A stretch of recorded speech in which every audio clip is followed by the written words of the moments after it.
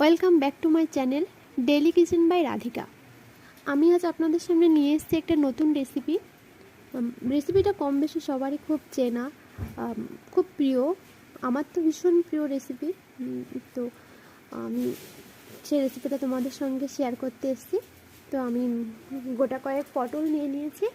তো পটলটা নিয়ে পটলটা যে বসেছি পটল থেকে এর ছালটা ছাড়িয়ে ফেলছি। আসলে পুরোটা না ছাড়িয়ে ফেলা যাবে না, তাহলে পটলটা যেহেতু নরম, তো আমি যদি পুরোটা ছাড়িয়ে নিই, তো ছাড়িয়ে নিলে যখন ভাজতে যাব পটলটা খুব নরম হয়ে যাবে, তখন আমি পটলের মধ্যে পুর, চিংড়ি মাছ এটা কোনোভাবে পুড়তে পারবো না।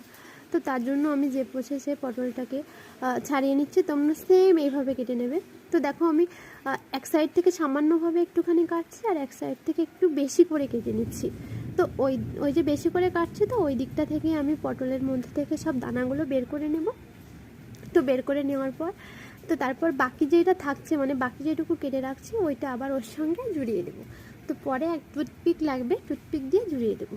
তো তারপর আমি একটা আলু কেটে নিচ্ছি। তো আমার কাছে পটলের পুরের মধ্যে আলুটা দিলে বেশ ভালোই লাগে।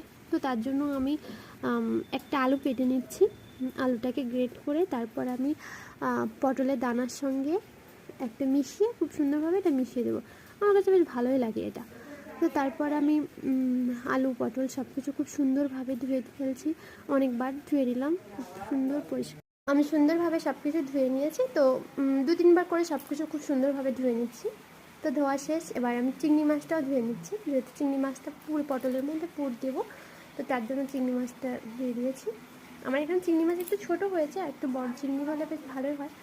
তো তারপর দেখো একটা চামচ দিয়ে আমি পটলের মধ্যে সব দানাগুলো বের করে নিচ্ছি। ঠিক এই প্রসেসে তোমরাও বের করে নেবে।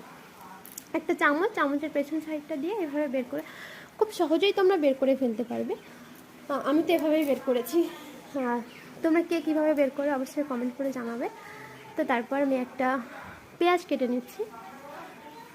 পেঁয়াজটা পটলের পুরের মধ্যে, যখন পটলের পুর যেটা করব, যখন এটা ভাজবো, তো তখন একটু সামান্য একটু পেঁয়াজ দিলে ভালো লাগে। আর নিরামিষও করা যায়, তো পেঁয়াজ ছাড়াও করা যায়। আমার কাছে পেঁয়াজটা অ্যাড করলে মনে হয় একটু বেশি ভালো লাগে। তো তার জন্য আমি একটা পেঁয়াজ অ্যাড করছি। তো পেঁয়াজটা কেটে আমি এই জায়গাটা খুব সুন্দরভাবে মুছে নিয়েছি। এবার দেখো আমি কাঁচা লঙ্কা দিয়ে পটলের দানাগুলো সুন্দর করে মিক্সিতে ঘুরিয়ে নিচ্ছি। তো এটা হয়ে গেছে। তারপর আমি সেমভাবে আলুটা একটু ছোটো ছোটো করে কেটে নিই, আমি আবার আলুটাও মিক্সিতে ঘুরিয়ে নেব। তো এখানে আমি আলুটা কেটে মিক্সিতে ঘুরিয়ে নিচ্ছি। আলুটাও আমার ঘোরানো হয়ে গেছে। এবার আমি পটল ভাজাটা বসিয়ে দিয়েছি। পটলটা খুব সামান্য